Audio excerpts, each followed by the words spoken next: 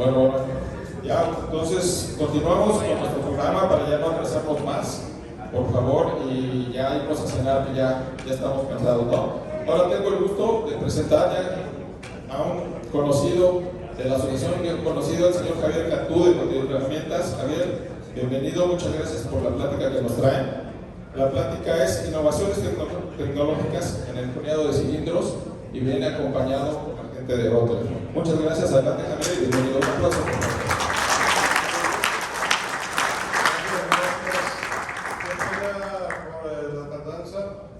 Pero mucho gusto saludarlos nuevamente después de todo el tiempo por la pandemia y algunos otros factores que nos impidieron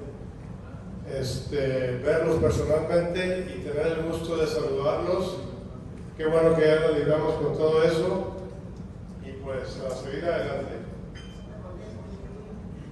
Como ustedes saben, en Multiherramientas y Equipos seguimos trabajando ya por más de 30 años con mucho entusiasmo y distribuyendo las mejores marcas de prestigio mundial, maquinaria, equipo y complementos para los talleres de rectificación de toda la República Mexicana y algunos países de América Latina.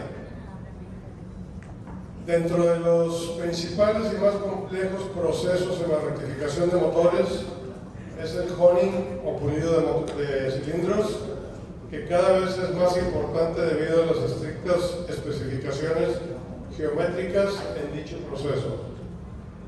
Es por eso que hemos preparado la siguiente información que se les va a impartir o estará a cargo de nuestro compañero y técnico especializado, el ingeniero Ariel Rodríguez, quien ha tomado cursos y capacitación en las principales plantas y fabricantes de maquinaria como lo es Rotterdam y Sunen, entre otros. Con ustedes el ingeniero Ariel Rodríguez. También los invitamos mañana para despejar dudas, que ya es un poquito tarde, nuestro stand, que también vamos a tener algo más que ofrecerles y algunos souvenirs por ahí también. Los esperamos. Gracias.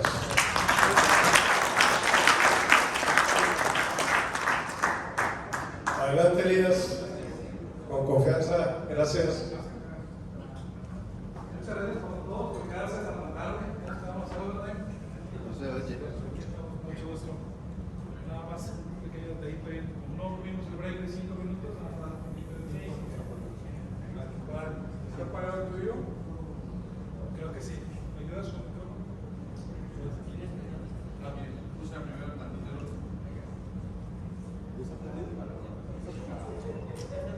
¿Ya lo tienes prendido, María? Sí, entonces. Sí.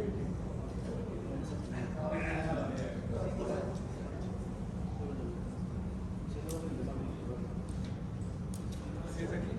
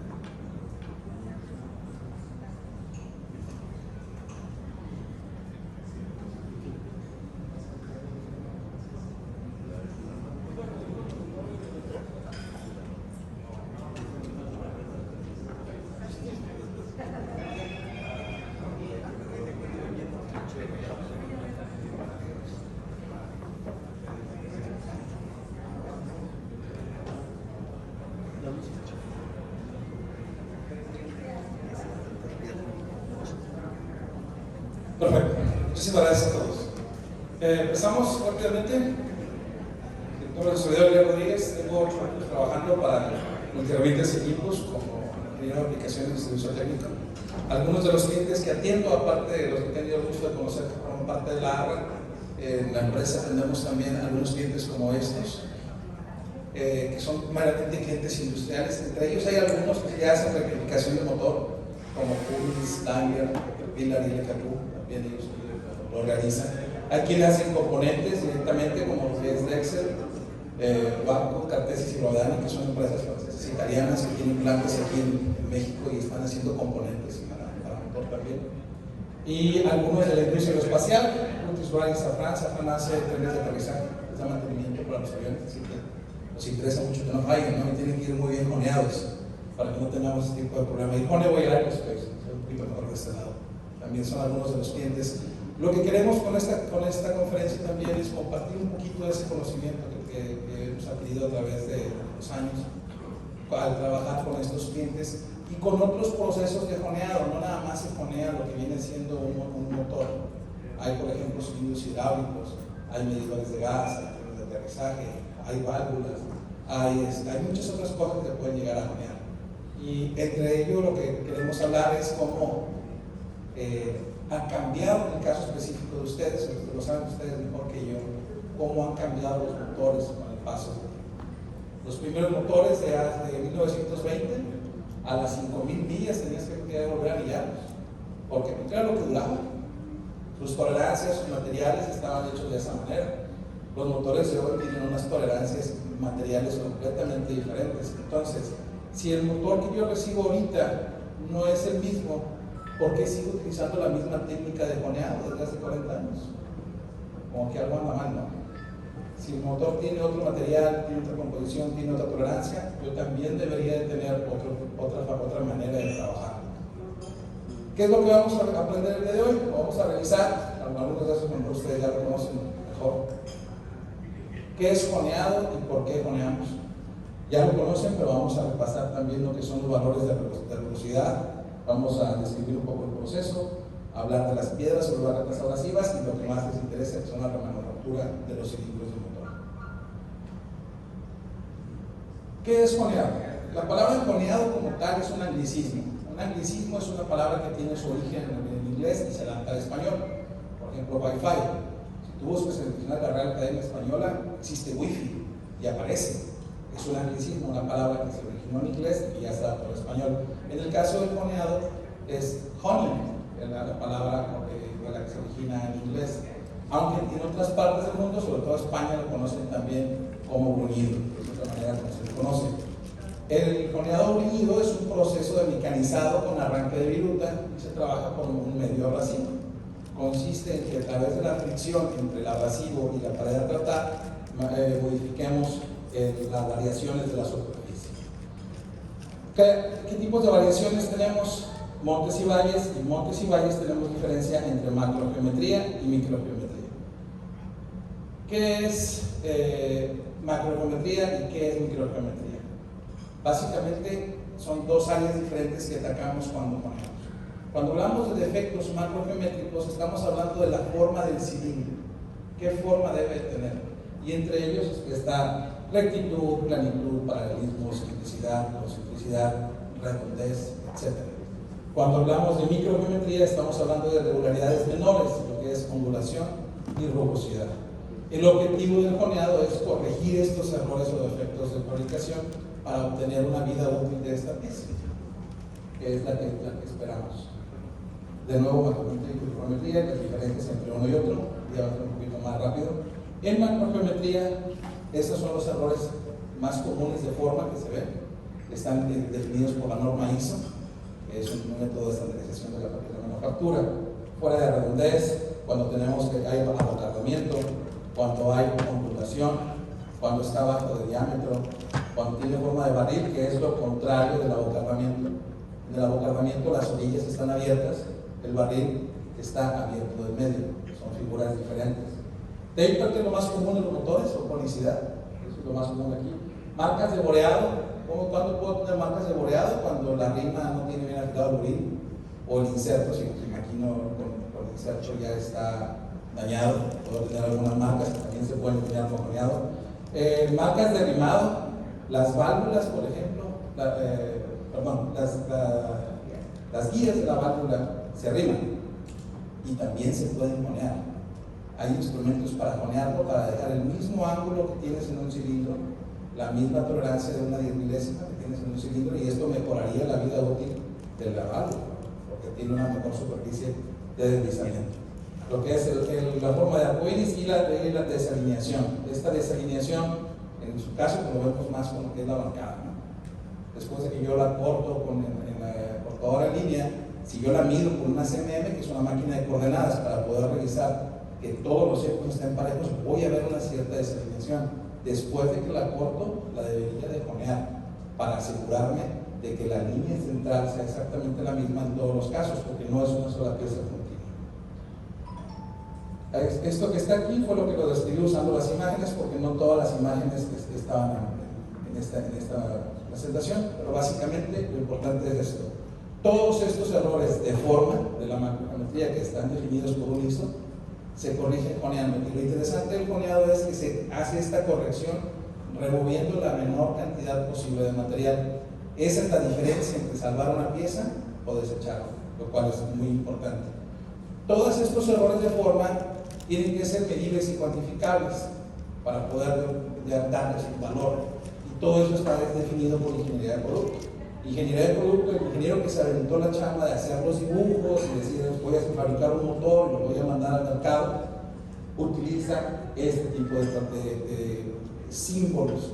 Si ustedes llegasen a tener alguna vez acceso a los dibujos, los planos para los que fabrican un motor, al igual que los planos de una casa, hay símbolos que significan algo, y los símbolos que se representan en estos dibujos son estos de aquí: rectitud, simplicidad, perpendicularidad, paralelismo, redondez, concentricidad, planitud y angularidad son los más famosos que se utilizan en estos dibujos. Para yo poder garantizar que tengo estas tolerancias, necesito poder medirlas.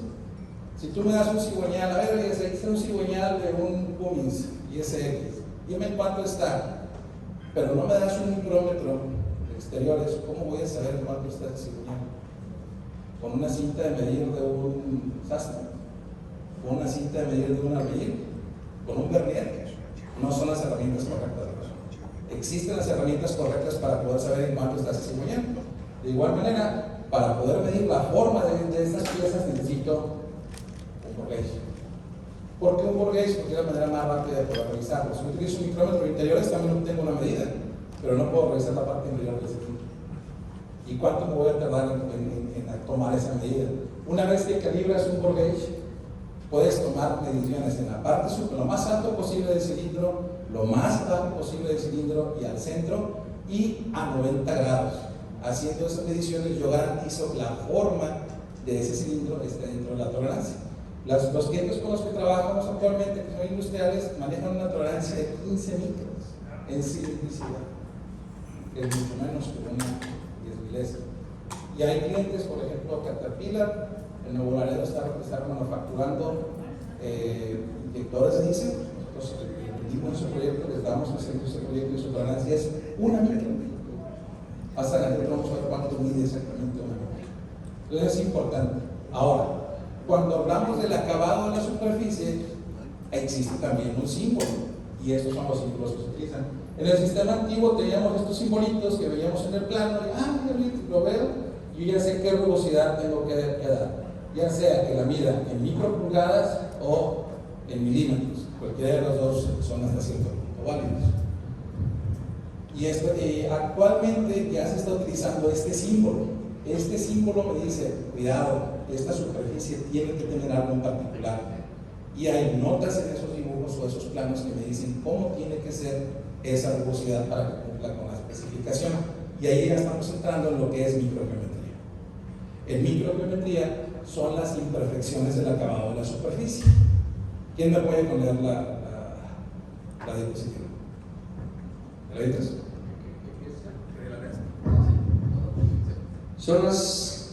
Son las imperfecciones del acabado de la superficie. Son todos aquellos valores que son más pequeños que los de los parámetros de formas, los cuales son 1. Entonces, microgeometría, ya no estamos hablando de forma, estamos hablando de textura, la superficie. Y esos valores que da esa microgeometría son mucho más pequeños que los que dan en la forma. Aquí nos habla de tres cosas de la microgeometría: ley o la dirección predominante de la textura. Es decir, ¿cómo hice esa pieza? Si la torneé y la veo con un microscopio, voy a ver esta textura por donde pasó el pulir o el pincel, que es un punto de contacto único. Si la poneo, yo no veo ese tipo de patrón, veo un patrón diferente porque no es un solo punto de contacto, son más puntos. La ondulación y la rugosidad son valores diferentes. Ahora, la microgeometría como tal se mide en micras. ¿Cuánto mide una micra?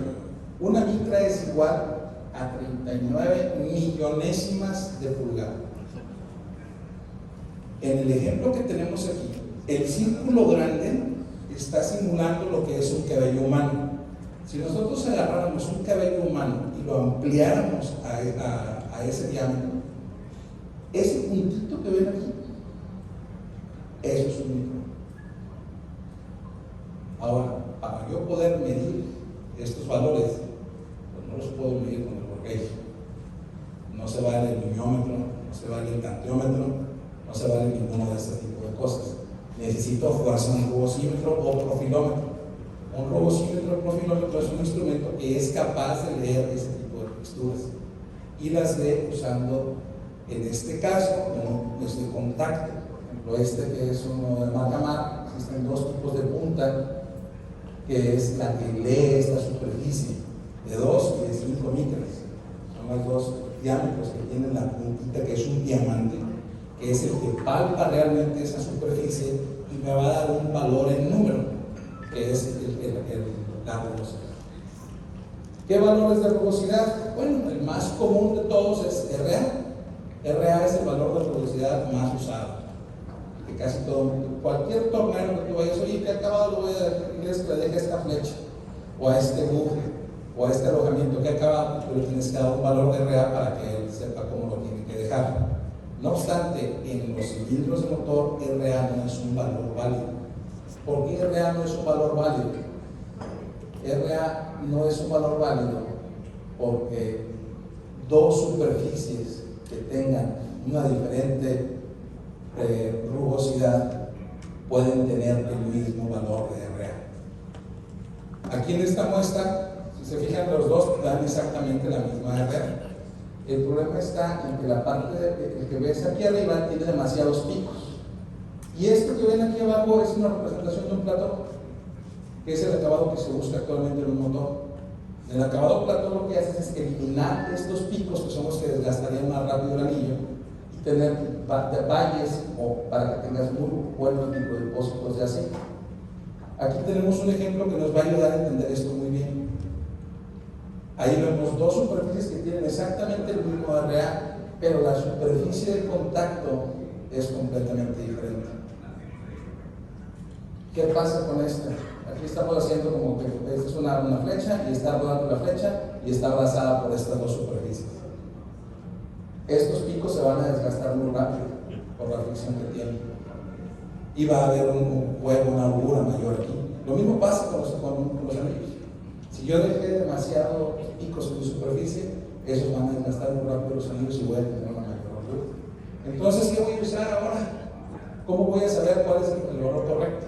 Existe otra familia de parámetros que se llaman RK y esos parámetros de RK son los que voy a empezar a utilizar. Por ejemplo, RK es el núcleo del área de la carga de superficie y se obtiene eliminando de la fórmula los picos más altos y los valles más profundos, de tal manera que sacas el área de contacto, Green Area Curve. Esta es el área de contacto que en realidad va a estar trabajando sobre el anillo y que va a determinar cuánto me va a durar ese anillo. Contamos actualmente con la tecnología para poder decir, yo puedo dejar un motor igual o mejor que cuando salió de la agencia. ¿Tengo la capacidad técnica para hacerlo? Primero, ¿tengo con qué medirlo? Si no tengo con qué medirlo, va a estar muy difícil. Número dos, entiendo la tecnología. Por ejemplo, los anillos ahora de Molly. ¿Por qué se llaman Molly? Anillos Molly. ¿Alguien sabe? ¿Cómo? Por el molibdeno. Muy bien. Traigan una hilera, por favor, que señor, por haber participado. ¿Quién ganó?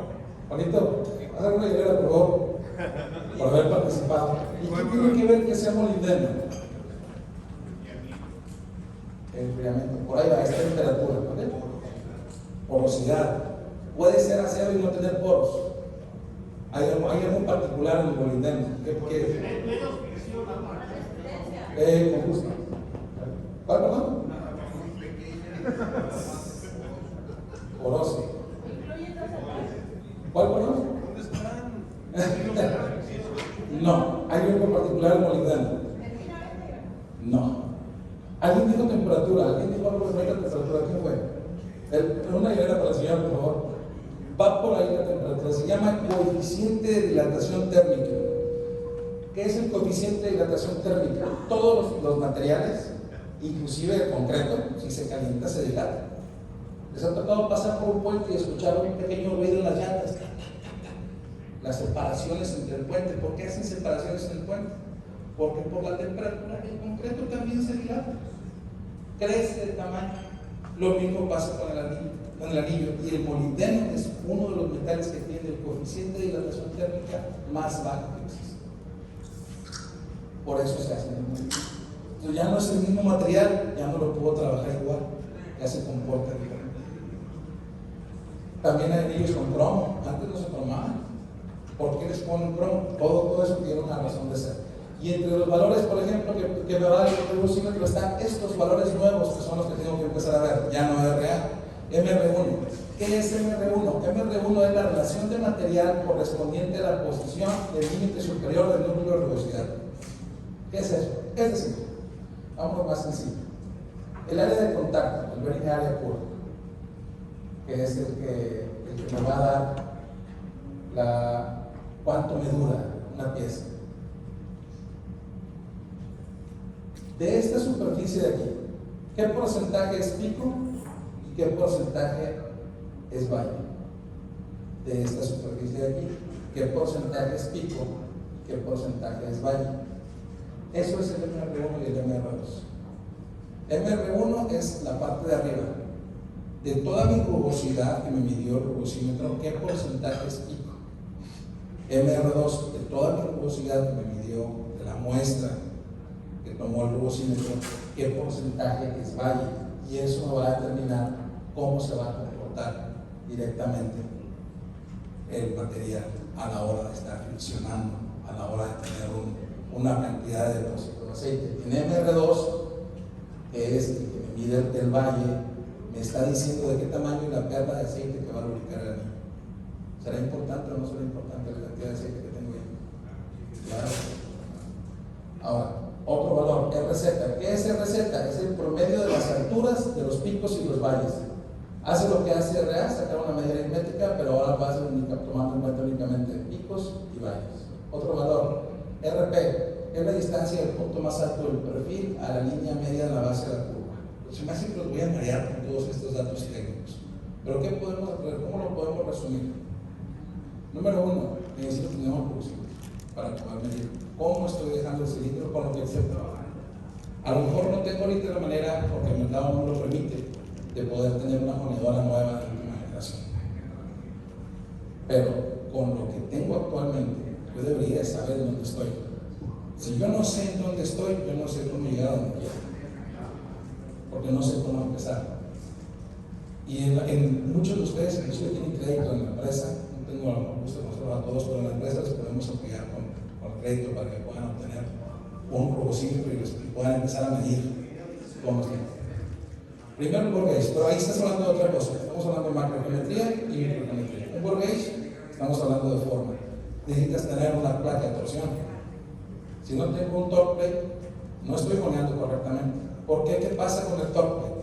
Si este es mi cilindro, cuando está en reposo, tiene una forma, pero si lo aplasto, tiene otra. Lo mismo pasa cuando yo torqueo la cabeza, la culata, el cabezote. ¿Cómo dice? Cada quien le llama diferente, ¿no? Si yo aprieto esta pieza, se deforma. Lo mismo pasa a la hora que yo torqueo la cabeza. Entonces, ¿de qué me sirve que con mi bore gauge yo lo haya dejado a una 10 milésima desde arriba hasta abajo? En donde lo ponga el bore gauge me da una 10 milésima. Si a la hora que lo torpila tiene 4 milésimas de variación y se va hasta 4 milésimas de variación, por eso se requiere la placa de torsión. Y se fijan, ahí en la diapositiva se los puse también, junto con el voltage, por lo mismo. Yo necesito tener una placa de torsión para poder garantizar la forma como va a trabajar ese cilindro cuando lo jonea. Si no, si un operador que tú tienes en una máquina joneadora te entrega un cilindro con 4 milésimas, 4 milésimas se va a sentar, le cobras la camisa o algo, porque no puedes mandar un trabajo así. De igual manera, si no lo estoy poniendo en torque plate, no estoy cumpliendo con lo que debería. Ahora, el torque plate no nada más es el torque plate ya. Yo debo tener cuidado de usar misma altura, preferentemente mismo material que la cabeza. Si la cabeza es de fierro y le pongo un torque plate de aluminio, se va a comportar diferente. Tiene que ser de preferencia la misma altura y el mismo material. El torque se va a definir por el fabricante, pero también si no tengo un torquímetro o no lo tengo calibrado, realmente tampoco estoy dando la forma. Son a veces de atención a los detalles, ¿no? ¿Qué tanto me gusta lo que hago? ¿Qué tanta atención al detalle le pongo? Básicamente, por lo general, esas dos cosas van ligadas para poder llegar a esto. Ok, seguimos con la velocidad. Valores de velocidad, quedamos que vamos a utilizar parámetros de la familia RK, porque estos parámetros de la familia RK me permiten hacer esta gráfica de la curva de agua y saber qué porcentaje tengo de picos y qué porcentaje tengo de valles. Nos quedamos en RP. RY es otro valor que también algunos de mis clientes revisan, y lo revisan por esto, porque es la distancia entre el pico más alto y el valle más profundo. Y tomar ese tipo de mediciones también ayuda a algunos clientes. Ahora, la medición de la velocidad la debe de hacer el operador, porque él es el que tiene que saber cómo estoy dejando este cilindro, para que él se familiarice y se case con el proceso. En esta foto que ven aquí es uno de nuestros clientes. Esta es su máquina joneadora de acá. Si les interesa, en YouTube está como SB510, para que la puedan ver a detalle. Aquí tiene su torque plate. Miden, dimensionan tanto macrogeometría con el torque plate y también revisan la velocidad del torque. Pues, y aquí vemos cómo ellos, cilindro por cilindro, en 3 posiciones, todos y cada uno de los blocks los miden. Es tan importante este rollo de la velocidad en algo como un bien cepillado. Un cepillado, ¿sí? Es algo que es de lo que más cae en cualquier taller de rectificación. Bueno, este es otro de nuestros clientes. ¿Se vale decir marca, Javier? Sí, bueno, este cliente de acá es Cummins de San Luis Potosí. Ellos están remanufacturando estos motores. Y este de aquí es el LKQ de Escobar. Estos señores hacen 300 motores por día, 2 turnos, de cero, de que llegan como el basura de Estados Unidos. Imagínense cómo llegan, si los bajan así a lo cañón. Llega a la línea de desensamble y salen 300 motores diarios. Y tienen a ver si no me dejan tomar la foto. Tienen un certificado que garantiza que todas las tolerancias que tienen están exactamente igual que cuando salió de la licencia. Claro, el 97% de su producción se vende en Estados Unidos. Se vende en dólares, es mucho más fácil cuando vendes en dólares. Tu producción en México, puedes tener todas las herramientas que se requieren. Y ellos miden cabeza por cabeza. Esta foto fue de la semana pasada. Esta es la máquina que estaba la semana pasada. Y cabeza por cabeza en 4 posiciones la miden. ¿Por qué? Porque pasa, yo lo vi. Una suciedad que traía la cabeza, una pequeña parte del aluminio que venía con una aleación diferente y la midieron en la pasada. Realmente el ministerio está bueno. Están trabajando con PCD los aluminios y con CBN los fierros vaciados. Los valores del programa siempre han sido los mismos. Las 300 cabezas anteriores salieron bien. ¿Qué pasó? ¿Algo pasó? No sabemos a veces ni qué. Le quitan otra media milésima con media milésima, la vuelven a medir. Y si ya pasó, la pasan. Aseguran que el 100% de su producción que tenga la velocidad que tiene que tener para que selle bien el empaque. Es algo como que muy mínimo, ¿no? Pero lo hacen. De igual manera, Cada uno de ustedes, estoy seguro que esas empresas tienen un control de calidad, ¿verdad? Para poder garantizar que la cabeza o el trabajo que están entregando cumpla con las especificaciones de fábrica.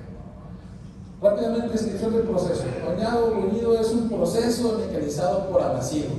Consiste en nivelar las variaciones.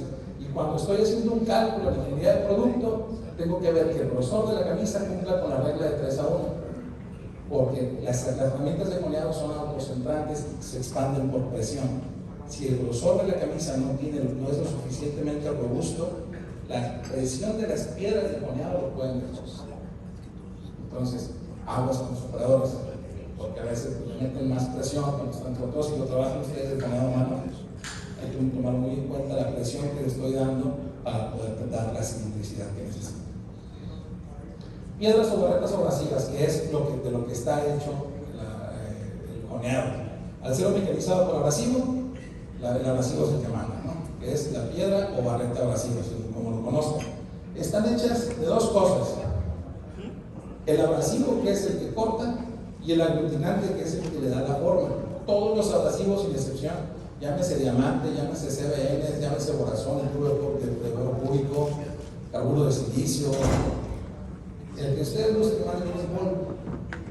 Entonces yo necesito darle una forma a ese abrasivo para que corte como yo necesito, y eso es el aglutinante. Todas las piedras se hacen de abrasivo y de aglutinante, de esas dos cosas. Ahora, si yo las pudiera ver como si fueran con rayos X, las vería así.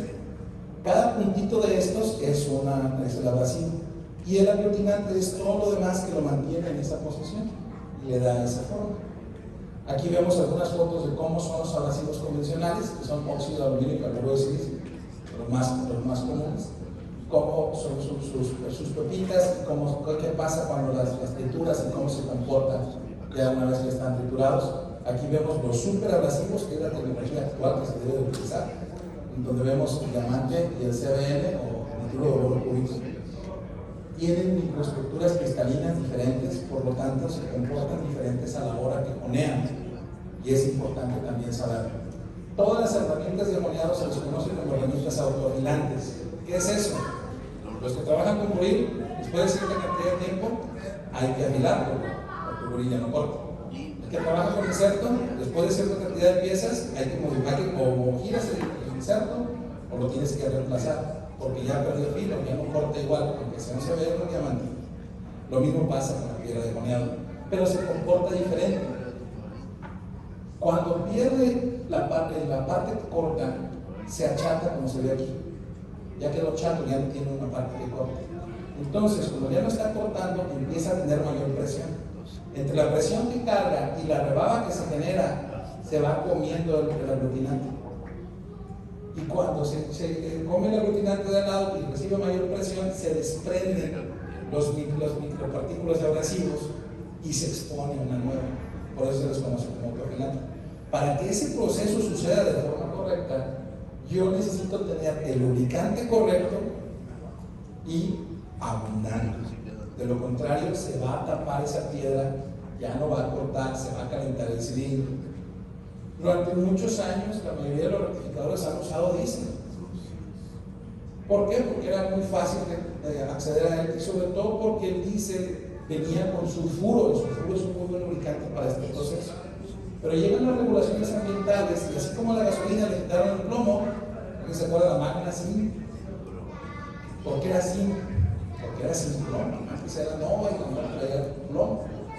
Entran las regulaciones ambientales, eliminan el plomo de la gasolina y eliminan el sulfuro del diésel. El diésel ya no tiene el químico que necesita las piedras de abrasivos convencionales para funcionar.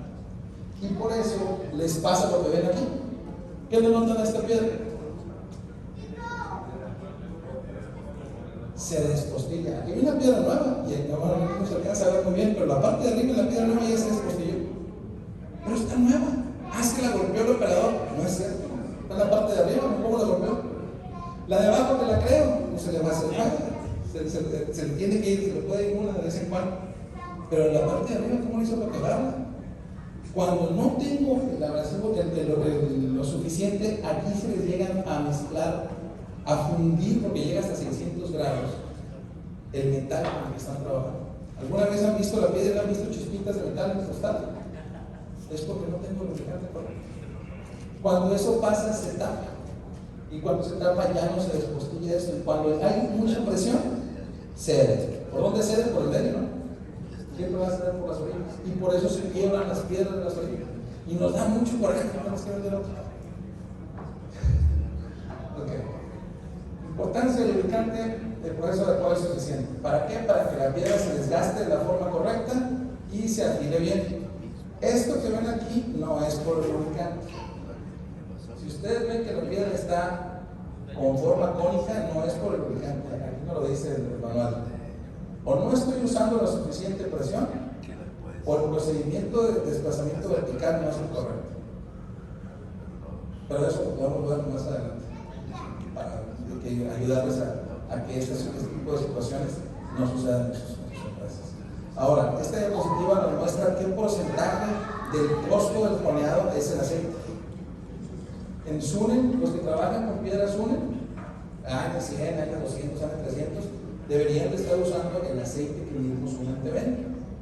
Ese aceite es el que tiene la concentración y la carga química suficiente para que esto no les pase a sus piedras. Y si sacaran el costo de cuánto material perdieron porque se les están quebrando, creerían que el aceite les sale gratis. Tan solo por toda la piedra que pierden al usar por el lubricante del proceso incorrecto. Ahora, aquí vemos algunos de los acabados de la superficie magnificadas con cada uno de los distintos abrasivos. Pueden ver aquí con los abrasivos convencionales cómo la estructura no está tan bien definida, cómo con el diamante hay no está tan definido tampoco, y el corazón o CBM, bueno, el corazón, hay que decirlo, es marca registrada. Si yo digo Coca-Cola o digo refresco de cola, ¿cuál es la diferencia? ¿Cuál? La marca. Si yo digo Coca-Cola, estoy diciendo una marca, no estoy diciendo el producto. Si yo digo refresco de cola, estoy describiendo el producto. Si yo digo Borazón, estoy diciendo que lo fabricó General Electric. Si digo CBN, nitruro de boro cúbico, lo puede fabricar cualquiera. Ok, creo que chancha. Manufactura de cilindros de motor. Aquí vamos a separar lo que es el reanillado de la remanufactura. Son dos cosas diferentes. ¿Por qué? Porque si yo lo reanillo, pues nada más estoy instalando pistones. Y muchas veces lo que hago es hacer multiglaze, porque inclusive hay manuales y libros que te dicen, tienes que hacer multiglaze, tienes que quitarle un poquito de material para que vuelva a trabajar correctamente. Sí, pero ¿cómo dejé esa superficie? ¿La medí? Porque si no la medí, estoy a ciegas. ¿Y quién que no ve acelerar un carro a 120? Nadie. Entonces, igual. Si yo estoy haciendo una remanufactura, lo voy a llevar a las condiciones de que está nuevo. Si estoy reanillando, tengo que asegurarme que no modifique el acabado superficial con ese proceso. Que el acabado que deje sea el correcto para él. Y aquí viene un quiz. ¿Sabías que entre el 7 y el 10% de la energía generada por el motor se pierde por fricción?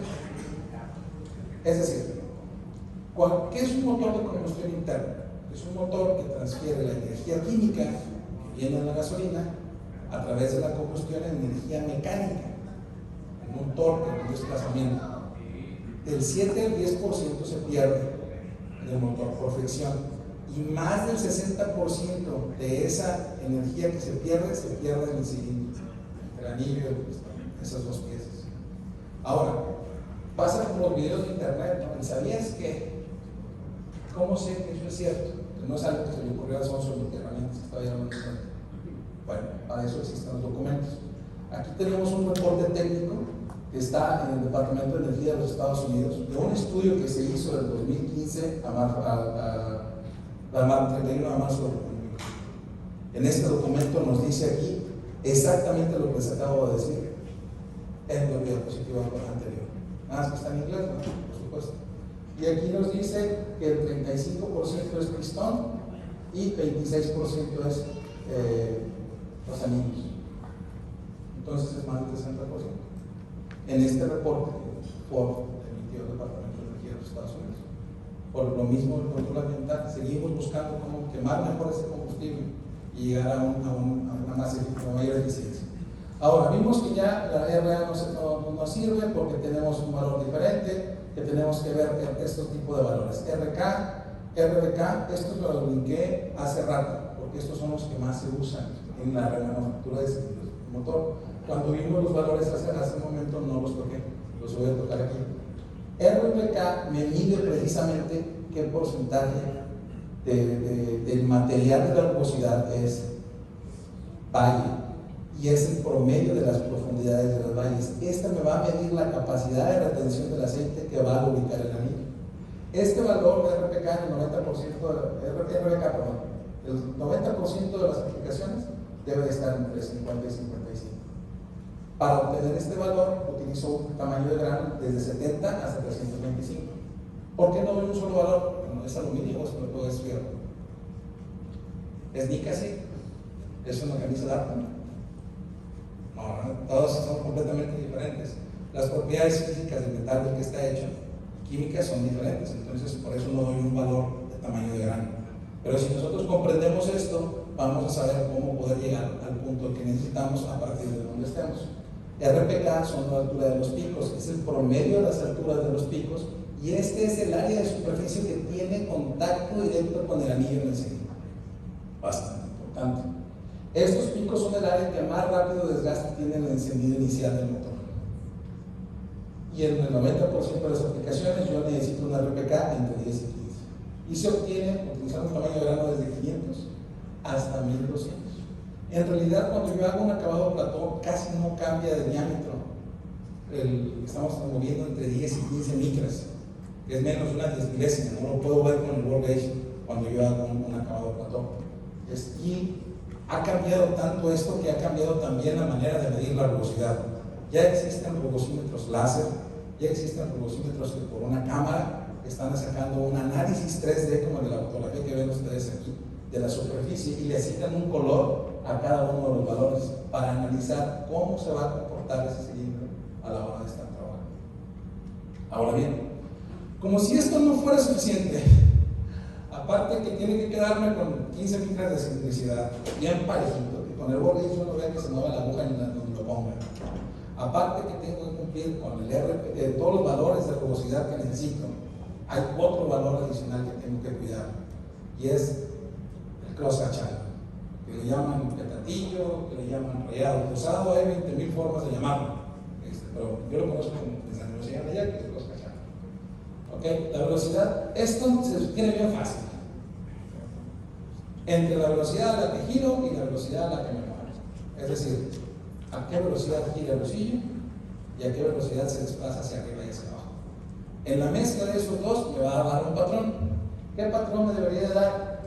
Por lo general, de nuevo, el 90% de las aplicaciones, no conozco todas las especificaciones de todos los motores del mundo, en 45 grados. ¿Puedo hacerlo a mano? Pues a lo mejor en el primero, el segundo y el tercero, pero yo creo que del cuarto cilindro al 8 no creo que me quede igual. Es más, tengo una máquina viejita, tengo una Sunan CBD 616. Hay algo que le pasa a este tipo de máquinas que son reciprocantes, que no es full vertical. Si yo mido este ángulo aquí y lo mido aquí, no me da el mismo valor. ¿Por qué? Si es la misma velocidad, porque son los puntos de retorno. Al tener un punto de retorno, cambia la curvatura de este rayado y ya no me da el mismo ángulo. ¿Qué creen? Justo en el área que más me debería de preocupar, la parte de arriba. Existe una aplicación de las máquinas más modernas que se llama Constant Crosshatch Angle. Lo que hace es utilizar un servomotor en el bolsillo que hace que se detenga por completo y luego cambie de dirección. Y eso garantiza que desde la parte de arriba del cilindro hasta la parte más abajo, más inferior, tenga exactamente el mismo ángulo de cruce en todo el cilindro.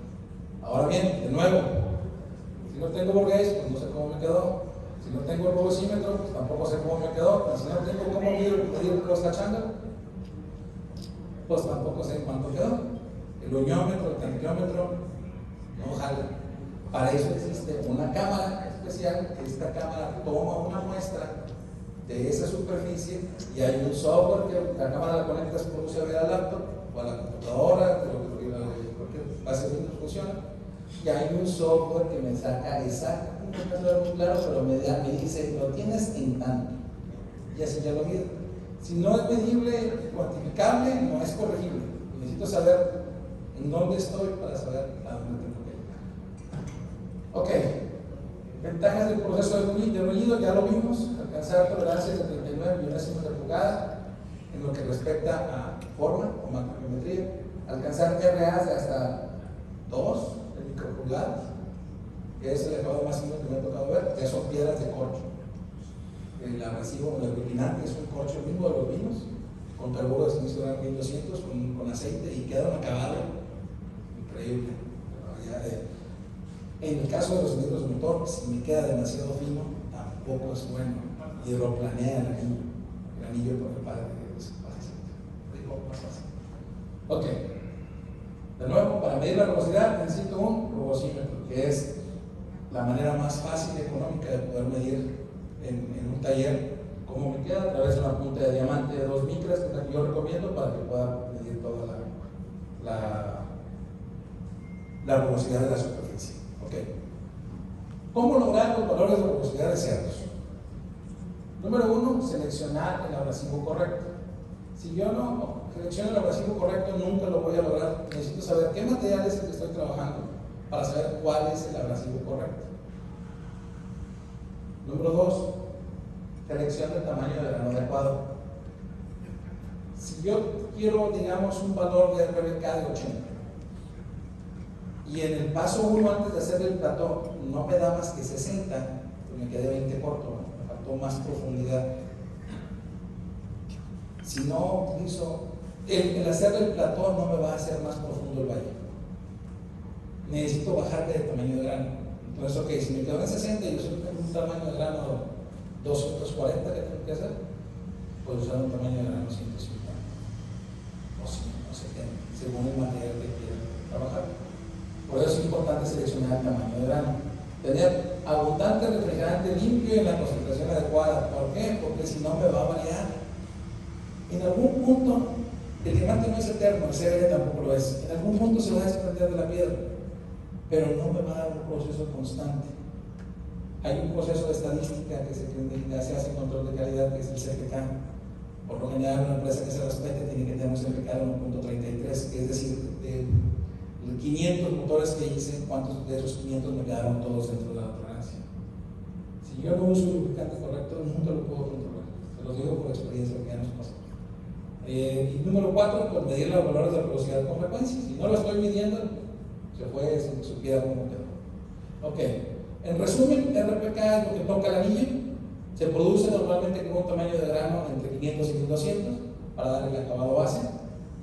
Y se recomienda iniciar con uno de grano 600 en CBN, que es el abrasivo correcto. El CBN es fabricado por el hombre, el diamante es por general encontrado de forma natural. ¿Por qué? ¿Qué es el diamante? Es carbón. Carbón a alta presión. ¿Y qué lleva el fierro, el acero? O el carbón. Pues hay una reacción química cuando mezclas un diamante con fierro colado. El CBN es boro, no lleva carbón. No reacciona químicamente, entonces es mejor para poder trabajar lo que son los motores de hierro colado o de aleaciones ferrosas, para ser más precisos. Y RBK es lo que toca el aceite, desde grano 80 hasta grano 325 necesito generar esos valles para poder tener la lubricación adecuada. En la búsqueda de acabado deseado siempre voy a empezar por los valles, porque no los puedo controlar en el segundo proceso. El segundo proceso sí, pero en el primero no. Siempre empiezo por lo que explicabas a la Rebeca. Aquí vemos unos pequeños ejemplos de un buen acabado platón. ¿Cómo se logra? Primero se empieza por hacer un rayado muy profundo con un diamante, un CBN grano 70, 80 o algo así por el estilo, y quedan unos picos muy grandes, como lo ven aquí. Y después utilizo unos cepillos, unos brushes o unas piedras que pueden ser también más de tamaños de grano muy finos para eliminar todos estos picos y ofrecerle al anillo muchas superficies planas sobre las cuales trabajar para que no se me desgaste tan rápido. ¿Saben cómo descubrieron que el acabado platón? ¿Alguien sabe cómo se descubrió? Allá de los proveedores, de los de Mali, ¿no todavía de Mali por aquí? Ya se perdieron la rielera. Empezaron a decir, ok, se están desgastando mis anillos. ¿Qué pasa? ¿Por qué? Y empezaron a medirlo. Y descubrieron que los anillos se desgastan muy rápido. Por eso, y dejaron de desgastarse. Oye, el primer mes se desgastó a un ritmo de 25% y después del mes no se desgasta. Pues ¿qué pasó? El mismo desgaste del anillo hizo esto. Entonces dijeron, oigan, ¿y si le hacemos ese acabado antes? Y así nació el patrón. Es decir, básicamente ustedes tienen que dejarle el cilindro como si ya estuviera desgastado, pero con 15 micras de elasticidad.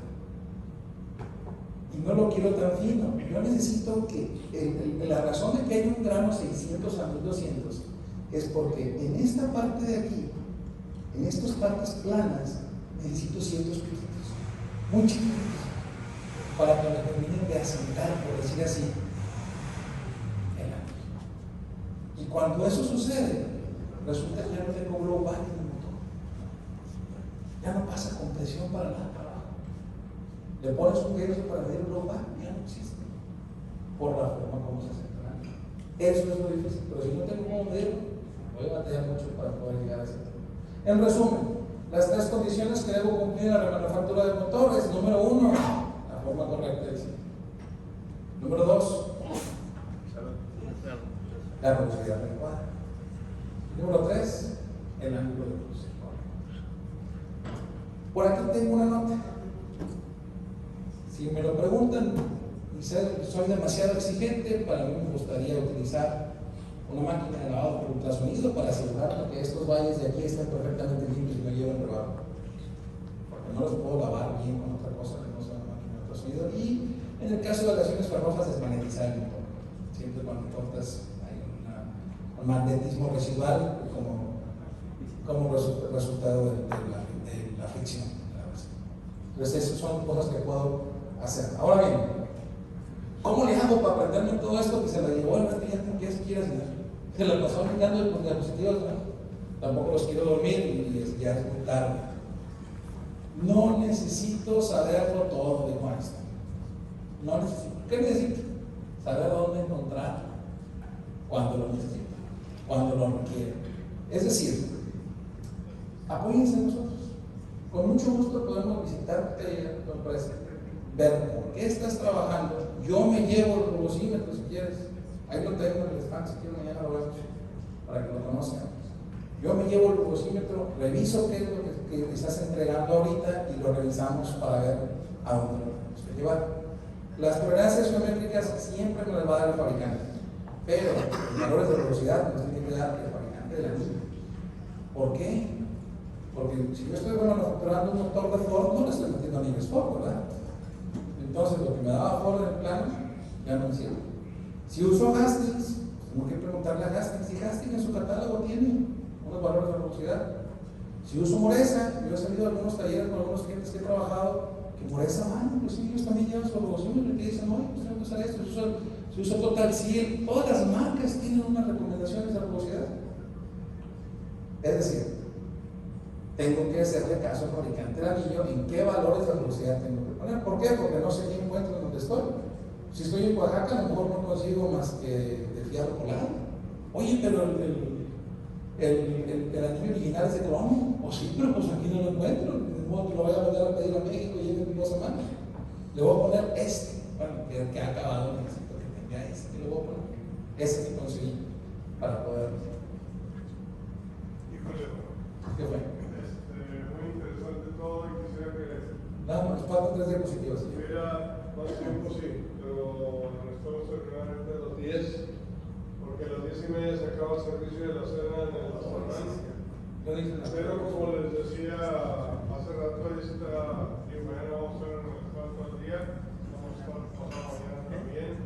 Cualquier duda, cualquier comentario, continuamos. ¿Termina? Sí, 3 minutos. Gracias. Ok. Y las 2 preguntas, pues. Sí, las preguntas me las hacen mañana. Ahí las apuntan en un ladito, con el hielo sobre todo. No, aquí tengo unas muestras de los cepillos para acabado plató, para Es decir, no hay excusa. Yo sé que a lo mejor no hay presupuesto para llegar a una máquina nueva de última generación que no están trabajando. Pero si yo tengo un monedor manual, con confianza, acérquense a nosotros y vamos a ayudar a que él se acabado, con lo más cercano posible, con las herramientas que tengan actualmente. Y por las preguntas quedamos que para mañana, ¿verdad? Sí, porque nos alargamos mucho con los tiempos. Pues muchísimas gracias a todos los que participaron. Quiero hacer un poco de gracias. Muchas gracias al equipo de economistas. Muchas gracias, un tema muy interesante y esperemos